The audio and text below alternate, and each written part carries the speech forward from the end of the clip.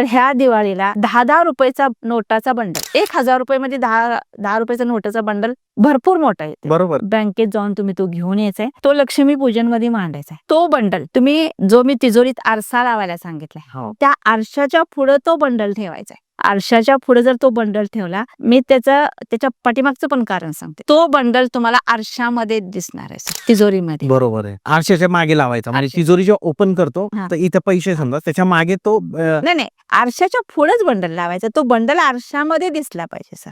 Okay. तो त्याच्या आरशाच्या समोरच ठेवा, म्हणजे त्याची प्रतिमा त्या आरशात दिसेल. तो कधी तुम्हाला गड्डी हलवायची गरज लागणार नाही.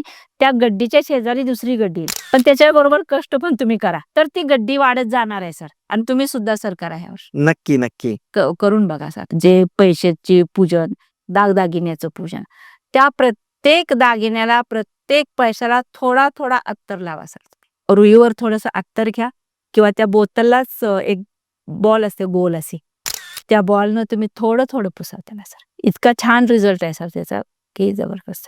कारण मी स्वतः माझ्या लाईफ मध्ये लक्ष्मी योग घडवून आणलेला आहे लाल किताबच्या थ्रू सर. बरोबर. कारण लाल किताब शिवाय माझं जीवन अधुरं होतं, आणि ते कारण स्वतःला अनुभव घेतलाय तेव्हा लोकांच्या जीवनात, आणि लोकांनाही त्याचा रिझल्ट. पूर्ण व्हिडिओ बघण्यासाठी YouTube वर जाऊन बँटर विथ चेतन सर्च करा.